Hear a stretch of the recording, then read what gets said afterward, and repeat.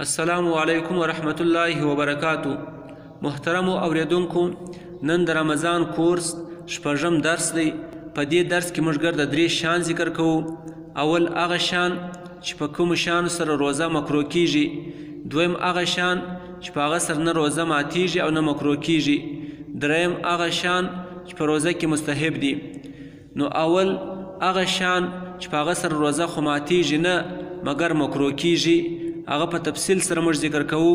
نمبر وار، اول بغیر د ضرورت یو شی څکل یا دغه رنګه مالګه څکل او دغه لارګې برته توکل، ولې که لارګې دی تیرې کي او هغه اثر کې ولاړ سي، اثرات کې ولاړ سي، بیا خو روزه ماتیږي. البته که چیرې سړی چې وي هغه ډېر بد اخلاقه وي او دا پر زنبیریږي چې بیا مې ویي، نو دا سالن صرف څکي، نو څکه یې سي خو هغه لارګې به نه تیروي. دویم ټوټ پیسټ او دغه رنګه منجن یا دغه رنګه کویله، په دې سره غاښونه صفا کول هم مکروه دي. دریم ټوله ورځ بې غسله اوسېدل په روزه کې.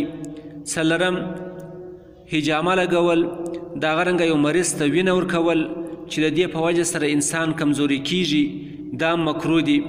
پنځم غیبت کول، شکنځل کول، دغه رنګه جنګونه کول، غرض هر د ګناه کار کولو په وجه سره روزه مکروه کیږي. شپږم د تندې په وخت کې د اوبو غرغرې کول، په خوله باندې اوبه غرغړه کول، دغه مکروه دي، ولې په دغه صورت کې قوي امکان دا دی چې اوبه دې ځینې تیرې سي. اووم د روزې په حالت کې قصدن په خوله کې لارګې جمع کول او بیا تیرول. او اتم د خپلې کوروالا سره بغیلګیره کېدل مکروه دي، هغه وخت که چیرې پر خپل ځان اطمینان نه و چې په جما کې به واقع سي، جما به ځینې وسي، او که پر خپل ځان پوره اطمینان و بیا بغیلګیره کېدل دا مکروه نه دي. او دویم هغه شان چې په هغه سره نه روزه ماتیږي او نه مکروه کیږي، هغه دا دی: اول مسواک وهل، دویم پر سر یا ژیره یا بریتو باندې تیل لګول، دریم وکشنې ته شیدې ورکول، څلرم خوشبویي بوی کول، بیا خو که د بام غوي که د ګلانو د ارشي غوي، پنځم د ګرمۍ او د تندې په وجه سره غسل کول یا یو د سمال یو شی نوندول پر سر اچول، خو په دې شرط سره چې د بې صبرۍ اظهار به نه وي. شپږم ستن لګول یا ډریپ لګول، البته صرف د طاقت او د خنکۍ اصلولو دپاره ګلوکوز او ډریپ لګول چې دي هغه مکروه دي.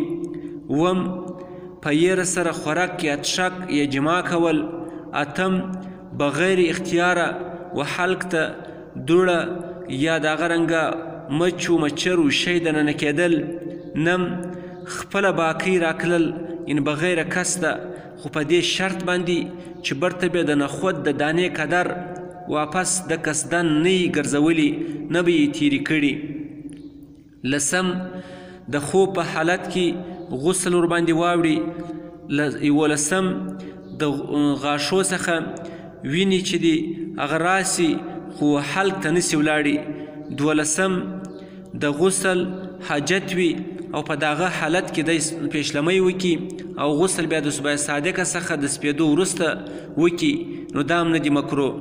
دیارلسم د روزې په حالت کې پر یو اندام باندې مالش لګول یا د سر مالش لګول یا بام لګول. څوارلسم د سخت ضرورت په وخت کې وینه لګول. پنځلسم د پزې یا د یو بل اندام وینې کېدل. شپاړسم چې یو اهمه مسله ده، هغه دا چې په سترګو کې د دوا لوېدلو په وجه سره آیا روزه ماتیږي که نه ماتیږي. د دې تفصیلي بحث به موږ په هغه مسایلو کې انشاءالله ذکر کړو چې کوم د میډیکل سره تعلق دی. دلته به صرف دومره ذکر کړو چې قدیم فقهاو چې دی هغه دا لیکلي دي چې په دې سره روزه نه ماتیږي، او جدید بعضو محققینو حضراتو لیکلي دي چې په دې سره روزه ماتیږي. نو احتیاط په دغه کې دی چې په سترګو کې دوا وانه چوي. د درېیمې خبرې وضاحت، یعنی په روزه کې کم شیان مستحب دي. اول د لمر پرېوتو سره سره دستي چې دی هغه روزه ماتول، یعنی چې کوم وخت لمر پریوځي بیا به روزه سړی ماتوي، په دې کې به تاخیر نه کوي. دویم خورما یا په وچه خورما سره روزه ماتول، که هغه نه وي بیا په اوبو سره روزه ماتول. دریم چې په کوم شي سره روزه ماتوي هغه به تاک عدد وي، 3 یا 5 یا 9 یا دغه رنګه نه. او څلورم د روزې ماتولو وروسته دعا کول، مثلا لکه اللهم لک صمت وعلى رزقک افطرت. پنځم په پیشلمي په وخت کې څه نه څه یو شی خوړل. شپږم د پیشلمي په خپل وخت کې دننه زنډول. اووم په ژبه سره ناجایزه خبرې او په اندامو سره ناجایزه کارو څخه ځان ساتل. اتم په رشتهدارانو، محتاجانو او دغه رنګه مسکینانو ته صدقه و خیرات ورکول. نم په حصول علم کې مشغوله کېدل، یعنی علم اصلول، قرآن مجید تلاوت کول، درود شریف، استغفار او ذکر و اذکار کول. لسم اعتکاف کې کښېنستل. دغه بیا مستحبات دي. السلام علیکم ورحمة الله وبرکاته.